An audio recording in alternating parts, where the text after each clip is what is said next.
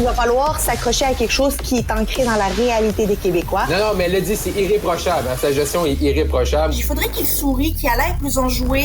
Ah, mais Yasmine, attends, là, on a la moitié du bouclier. Là. C'est exactement ça. La rencontre, Abdel-Fadel Leclerc. Lundi, le 2 octobre, c'est jour d'élection partielle dans la circonscription de Jean Talon. Yasmine Abdel-Fadel, Marc-André Leclerc. Salut à vous deux. Allô? Bonjour. Alors, vous l'avez vécu dans les coulisses, là. Jour d'élection, jour de partiel, c'est le dernier blitz, les équipes sont sur le terrain. Yasmine, dis-moi, de quelle façon ça peut réellement faire une différence là en fin de course comme ça? Aujourd'hui, c'est l'opération, ce qu'on appelle le jour J. Fait que finalement, pendant les 30 jours, 33 jours d'une campagne électorale, il y a aussi des équipes qui sont dédiées à organiser le jour J. Ça veut dire? Ça veut dire s'assurer que le pointage est bien fait. Donc, c'est quoi le pointage? C'est tout le long de la campagne et même avant, on essaie de savoir la personne qui habite dans cette maison, est-ce qu'elle serait tentée à voter pour nous? Est-ce que si elle va voter, elle voterait pour nous? Et de pouvoir inscrire ça, là, puis la garder proche dans une liste. Une fois que ça, c'est fait, le jour J, c'est de s'assurer que cette personne-là est partie voter. Si cette personne-là, tu l'as pointée comme une pro, PLQ, Québec solidaire, CAQ, tu t'assures, là, chacune des équipes va s'assurer que son monde soit sorti voter. Fait qu'ils vont offrir du transport. Il va y avoir du monde qui vont appeler toute la journée pour dire « Hey, on a vu que vous n'avez pas encore voté, là, oubliez pas, ça va fermer à telle heure. Oubliez pas, c'est à cet endroit-là. » Et c'est ce qu'on appelle la machine électorale qui est optimisée. Aujourd'hui, c'est les machines électorales qui sont lâchées lousses et que la meilleure gagne. Marc-André? Oui, puis il n'y a rien de plus beau, je trouve, qu'une élection partielle parce que c'est que tout le monde converge vers un même endroit. Tu sais, une élection générale, que ce soit au fédéral ou au provincial, tout le monde travaille dans son coin. Fait, il n'y a pas l'effet d'équipe. Là. Mais là, clairement, là, avec les chiffres là, qu'on entend, nombre de bénévoles dans chacune des équipes, tout le monde converge vers Jean Talon. Là. Fait que pour les candidats, les candidates, tu vois des collègues de d'autres circonscriptions, des bénévoles de d'autres circonscriptions dans la région de Québec ou même il y a des gens de Montréal puis d'un peu partout qui vont être dans Jean Talon aujourd'hui. Fait que ça, c'est intéressant. Et rapidement, pour faire du pouce sur ce que Yasmine, tu viens de dire, rapidement, tu te rends compte, là, surtout quand tu vas aider dans un comté en partiel pour une journée, tu te rends compte s'ils ont bien travaillé là, pendant la campagne. Là, parce que les gens, là, c'est pas. Oui, parce que quand tu prends le téléphone, là, bon, puis là, OK, Alexandre Dubé. Là, j'appelle Alexandre Dubé. Oui. Hey, Monsieur Dubé, Marc-André, de la campagne de Monsieur X, Madame Y. Tu sais tout de suite, là, si la personne, oui, je vais y aller, ou je suis allé, ou là, je vais porter les petits à l'école, ou en revenant, tu le sais tout de suite, là, le feeling. Ou là, tu pognes Alexandre Dubé, puis là, ouais. Ben là, tu dis, OK, là, on a mal pointé. Fait que rapidement, tu vois le travail, là. Et c'est ça aussi, rapidement, tu sais, sans voir les chiffres, puis peut-être capable de mettre ça dans des tableaux, rapidement, tu sens là, que, OK, tu t'appelles les gens, sont motivés, ils veulent y aller. Puis après ça, souvent, là, ça aide le reste de la journée. Mais quand tu appelles des gens qui sont supposés être tes sympathisants, puis tu les trouves déjà réticents, maintenant tu te dis, OK, la journée va être longue. Là. Ouais. Il y a un autre volet aussi où la journée est importante, c'est le volet des communications. Parce que là, il faut préparer le candidat, la candidate, en cas de défaite, en cas de victoire, quoi dire, quel est le message. Puis il y a tellement de règles qui entourent le jour J, le jour du vote, sur ce que tu peux faire, où tu peux aller, jusqu'à quelle proximité des bureaux de vote tu peux faire, qu'il faut faire très attention que ce soit pas une journée où on te couvre parce que t'as fait une erreur. Ouais, pour les mauvaises raisons. Parce que, Marc-André, quand on regarde le portrait de la situation puis les derniers sondages, très, très difficile de prédire ce qui va arriver. Puis c'est ce qui rend cette partielle-là vraiment excitante. Tu sais, les partis, en tout cas, il y en a deux, assurément, qui sont au coude à coude selon les plus récents chiffres. Pour globalement la région de Québec, est-ce que ça va se refléter réellement dans Jean Talon, mais entre le PQ et la CAQ? Marc-André, qu'est-ce qui t'a marqué de cette partielle-là? Le début, je pense que ça n'a pas été une campagne non plus, même s'il y a une grande symbolique, là, c'est sûr qu'il y a eu des débats, mais c'est plus locaux, tout ça, mais je pense que c'est tout le début, là, l'histoire des courriels, puis des rencontres, puis les promesses brisées, puisque ce qu'on le savait avant la campagne, le troisième lien. Moi, je trouve que ça l'a placé, ça a mis beaucoup d'attention sur le candidat du Parti québécois. C'est comme donner une espèce de plus-value parce que c'est un candidat qui était un bon candidat de prestige, mais pas une vedette. Puis ça l'a comme ramené des histoires de la CAQ d'avril dernier. Fait que, tu sais, ça, moi, là, si j'avais été la CAQ, là, avec le début de partiel, j'aurais même attendu avant de déclencher que tout ça, tu sais, s'estompe un peu. Ah oui.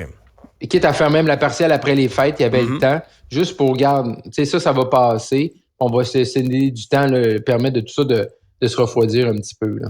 Toi, Yasmine? Ben moi, c'est la campagne où on essayait de miser le plus sur les députés locaux. Évidemment, on fait toujours ça, les candidats locaux, devrais-je dire. Évidemment, on fait toujours ça durant une partielle là où on parle que c'est la personne, que ce serait une bonne représentante ou un bon représentant de son monde, de ses électeurs. Mais là, on dirait que on voyait qu'il y avait des stratégies différentes. Autant on voyait que Pascal Paradis était toujours collé à un Paul Saint-Pierre Plamondon parce que Paul Saint-Pierre Plamondon est hyper populaire. Autant on voyait, tu sais, on présentait la candidate Madame Chouari de la CAQ là, comme étant la meilleure candidate, puis on parlait d'elle, puis tout le monde parlait d'elle, pas nécessairement de la CAQ et de François Legault. On voyait aussi, évidemment, chez les libéraux, ben, ils n'en ont pas de chef. Il y a un chef intérimaire. Tu le mets-tu à côté ou tu le mets pas à côté, mais il est juste intérimaire. Ouais, l'effet Marc Tanguay, voyons, Yasmine. Ben, tu sais, il y a comme... Ouais, tu crois pas à ça, toi? Non, chaque parti avait une stratégie différente. Puis je trouvais ça très intéressant à voir. Oui, c'est clair. Alors, on verra bien. Ce sera excitant à suivre, Marc-André, parce que quand tu regardes l'histoire du Québec, est-ce que c'est une des partielles qui suscite le plus ton intérêt? Si on revient un peu en arrière, là? Ben, il y a des partiels, je trouve, autant au provincial qu'au fédéral, qui ont marqué. Là. Quand notre collègue Tom Mulcair a remporté en 2007 là, une circonscription Outremont le 17 septembre 2007, ça a été quand même, je pense, pour l'NPD, bon, c'était le début de quelque chose qu'on a vu être l'or en 2011 avec la vague orange. Et pour la petite histoire, ce qui est intéressant, c'est Geneviève Guilbeault, dans Louis Hébert, a également fait un revirement. Et quand avait lieu cette partielle-là? Le 2 octobre 2017. Hey, sérieux? Ah oui. Donc vraiment, coïncidence de la vie. Donc, 2 partiels significatifs peut-être. On verra Louis Hébert qui est juste à côté de Jean Talon. Mais Louis Hébert avec Mme Guilbeault, ça va être tout à 1 an de l'élection. Là, c'est sûr que le timing en bon québécois était meilleur. Tu es un an d'élection générale. Tu remportes une circonscription qui était, qui a déjà été péquiste, mais plus libérale. Là, ça avait marqué également l'imaginaire. Là. Parce que, Yasmine, ce sera quand même particulier. Je veux dire, bon, c'est un 90e siège en jeu pour la CAQ, mais bon, on s'entend que ce ne sera pas un drame. Quoique ça enverrait un message quand même assez fort là, si la CAQ ne remporte pas Jean Talon. Hein? En fait, c'est plus de l'incertitude qu'une panique qui frapperait la CAQ. Parce que je rappelle que la CAQ, depuis qu'elle a gagné les élections puis qu'elle s'est placée au gouvernement, n'a jamais connu l'échec. N'a même jamais été deuxième dans les sondages. Comment réagira le caucus de la CAQ devant la défaite? Ça, on ne connaît pas ça. Ça va être un nouveau chapitre dans le livre de l'histoire de la CAQ. La première défaite électorale potentielle, là, évidemment, bonne chance à tout le monde. Comment le premier ministre va agir avec ses troupes pour les calmer? Ça va rendre d'autres personnes nerveuses. Et qui dit nerveux dit des erreurs, manque de solidarité, manque de loyauté, du monde qui jase à des médias en leur disant qu'est-ce qui se passe au caucus. Est-ce que c'est ça qu'on risque de voir ou est-ce que ça va passer dans le beurre puis on n'entendra plus parler de ça? Ou peut-être ça va être une victoire puis ça va encore continuer à solidifier l'avance de la CAQ. C'est ça que j'ai envie de voir, moi, à partir de demain, les conséquences de Talon. Mais des fois, une défaite, ça fait quand même du bien. Là. Je veux dire, on le voit des fois dans le sport. Là, tu sais, l'équipe qui gagne toujours. Là, la première défaite, là, c'est comme le château de cartes qui s'effondre. Mais des fois, là, d'avoir une défaite en saison régulière, significative contre une équipe, ça te permet de te rebâtir. Puis tu arrives en série beaucoup plus confiant. Là, je veux dire, à toujours gagner, tu te mets pas en question. Là. Mais c'est clair. Il y a des députés de la CAQ, là, avant la dernière élection, même quand le PQ là, était à 10-12%, ils étaient nerveux. Là. Ils pensaient qu'elle allait perdre leur circonscription parce que le député, c'est une petite bête nerveuse. Là. C'est de nature, c'est comme ça un député. Fait moindrement qu'il arrive quelque chose, là, 3 personnes qui appellent à ton bureau de comté avec le même enjeu, c'est la fin du monde, je vais perdre ma campagne. Ça a besoin d'être je vais perdre la prochaine élection. Fait que là, si jamais il y a une victoire, une défaite pour eux dans la CAQ, moi, là, je connais des bleuets là, au lac qui vont être stressés. Là. Tu veux pas voir des bleuets caquistes stressés, là, parce qu'ils vont dire qui est une région traditionnellement péquiste. Là. Une belle image, c'est clair. On va revenir ensemble sur cette annonce de François Legault et du premier ministre Justin Trudeau sur Northvolt, sur la rive sud de Montréal, un projet hyper important, 7 milliards, des investissements considérables du provincial et du fédéral. Mais Marc-André, il y a des propos sur les PME qui n'ont pas bien passé là, pour certains entrepreneurs qui l'ont avalé de travers. Oui, parce que M. Legault cherche toujours l'espèce de, tu sais, il faut augmenter le salaire, puis des emplois là, qui redonnent, puis des emplois bien rémunérés. Puis son message aux PME, surtout dans cette région-là de Saint-Basile, McMasterville, c'est ben, vous n'avez pas le choix. Là. Augmentez votre productivité pour augmenter vos salaires, sinon vous allez disparaître. Là. Je paraphrase, il n'a pas dit ça comme ça, mais c'est comme ça que les PME l'ont reçu. Là. Et on n'est pas dans un contexte non plus, même si on est entrepreneur demain matin tous les trois, là, puis on a une business ensemble, là, quand tu regardes les taux d'intérêt, là, tu te dis, je peux bien investir, mais j'investis comment? Là? Si moi, j'ai pas les leviers du gouvernement, je suis une petite PME, j'ai pas toute la machine pour aller m'asseoir avec Investissement Québec, avec Industrie Canada pour aller chercher les sommes que Northvolt ont reçues. Là. Fait que c'est sûr que tu sais, pour les PME, c'est comme, tu sais, je veux dire, nous, on arrache. Pendant ce temps-là, pendant que vous annoncez des milliards à une entreprise suédoise, ben nous, on fait ce qu'on peut avec la pénurie de la main-d'œuvre, c'est donner des salaires compétitifs. Je pense que M. Legault va devoir modérer là, ses propos par rapport à ça, là, parce que s'il n'y a pas juste des milliards des entreprises affiliées à batterie, les autres entreprises veulent vivre aussi. Là. C'est particulier parce que c'est ce que je disais la semaine dernière, là, j'avais l'impression qu'on n'avait pas la même obsession avec les PME qui, rappelons-le, là, notre économie au Québec est basée sur les PME. C'est les PME, les épines dorsales de notre économie. Là. Ces grandes industries, c'est bien beau, c'est excellent, ça fait avancer le Québec. Mais ce sont les PME qui offrent des emplois aux Québécois en grande majorité.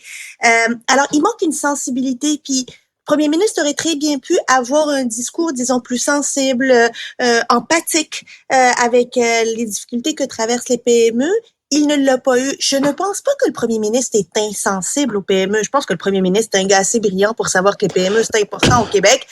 Son ministre de l'économie aussi. Je pense juste qu'ils viennent d'un milieu, en fait, de la grande entreprise, puis c'est dans ça qu'ils se projettent, qu'ils connaissent, et pour eux, c'est ça les gros deals qui comptent au Québec, que tu peux laisser en héritage.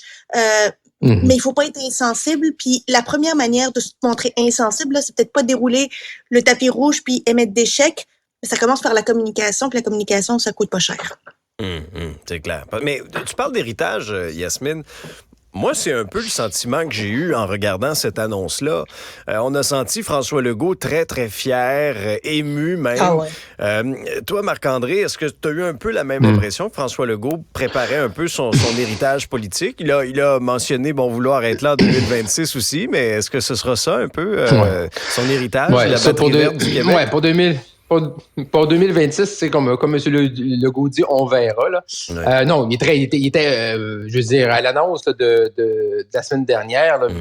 Legault était heureux d'être content. Là. Je veux dire, clairement, c'est son héritage, c'est son legs. Il tripe sur ces annonces-là. Mais moi, j'ai pas, depuis jeudi, là, j'ai pas non plus, mais j'ai pas senti dans la population là, cette grande fierté. Là. Vendredi matin, je suis allé à Québec au centre des congrès, il y avait le congrès de la Fédération des municipalités du Québec, québécoises des municipalités. Ben, les élus qui étaient là, les gens parlaient de la filière batterie, mais les gens avaient tous des points d'interrogation dans le visage. Là. C'était pas la grande fierté des barrages à Bay James. À un moment donné, faut que tu modères tes transports un petit peu, parce que M. Legault, lui, il est sur son nuage depuis jeudi, mais je pense pas dans la population, là. En fin de semaine, j'avais des amis qui sont venus bruncher hier, là. Et ils n'étaient pas fiers de filière batterie. Non, ils n'étaient pas emballés. Non, ils étaient contents, mais tu sais, pas plus qu'il faut, là. Mais c'est parce que c'est demandant, là. Ça demande qu'ils connaissent l'industrie. Puis, tu sais, François Legault, Pierre Fitzgibbon se sont penchés là-dessus. Ils savent c'est quoi la machine, c'est quoi la ligne, finalement, de production entre les extraire des minerais puis les transformer une première fois, une deuxième fois, et en faire des cellules qui vont finir dans des batteries. les Québécois moyens, puis je fais partie de ce monde-là, on la connaît pas. C'est quoi la chaîne? Fait que nous, quand ils nous disent un cellulier, OK, qu'est-ce que ça mange en hiver? J'en voulais un. Ouais. Moi, c'est un cellier. Moi, j'en veux un sous mon sapin de Noël. Message à ma famille, j'en veux un en dessous de mon sapin de Noël. Hey, je lisais en fin de semaine une entrevue de Jean Boulet qui parlait du décloisonnement des métiers de la construction. Puis je comparais avec les chiffres de l'Ontario au niveau de la productivité. Puis là, Yasmine, je me disais, es-tu en train d'ouvrir une canne de verre? Ou au contraire, faut aller vers là au Québec aussi. Ben, ça prend du courage. Puis on se rappelle d'une Lise Thériault qui a brassé la cage du placement dans les chantiers, le placement syndical des chantiers, avec une Diane Lemieux qui vient d'annoncer finalement qu'elle restera pas à la Commission de la construction du Québec. Puis ça a donné des résultats extraordinaires. Mais mon Dieu que ces femmes-là ont été courageuses parce qu'elles en ont eu de la pression, puis de la pression, des menaces sur leur intégrité physique, rappelons-le.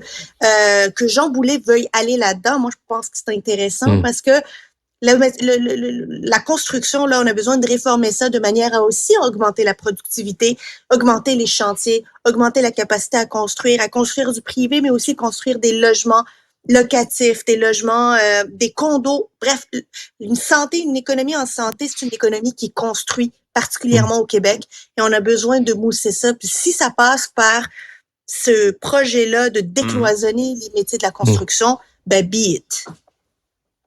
Mais bonne chance. Bonne chance, M. Boulet. Clairement, on sent pas que les syndicats sont là. Ouais, bonne chance. Amusez-vous. Moi, je suis pas contre l'idée, là. M. Boulet donnait une référence. Je sais pas si c'est exactement le nombre de 7 personnes pour changer une porte étroite, là, dans le journal, en fin de semaine. Je sais pas si ça en prend 7. Pour avoir fait des rénovations il y a 2 ans, là, c'est sûr, ça prend beaucoup de corps de métier. Puis, il y a toute l'étape, là. C'est aussi la personne qui fait la plomberie va venir à la fin pour tout faire, mais elle dit qu'elle devrait venir en plein milieu. Fait bon, il y a tout ça aussi, la séquence, mais clairement, on sent pas que les syndicats veulent s'amuser là-dedans, jouer là-dedans. C'est sûr qu'ils vont dire la qualité. Bon, ça aussi, c'est sûr qu'il faut la sécurité, la qualité de la production du produit, de la main-d'œuvre qui vont le faire. Parce que ce qu'on entend présentement pour pallier à la main-d'œuvre, là, on est en train de dire, là, des professeurs, allez-y, mais vous n'avez pas toutes les qualifications. Fait que dans tous les corps de métier, dans tous les champs de profession, on est en train de changer les règles. Là. Fait qu'aussi, il y a un contrôle de qualité que je peux comprendre, mais on voit bien que les syndicats, ils n'ont pas le goût de jaser du projet de M. Boulet, là. Marc-André, Yasmine, merci à vous deux. On se retrouve dans un prochain épisode. Bye bye. Bye bye. Bye.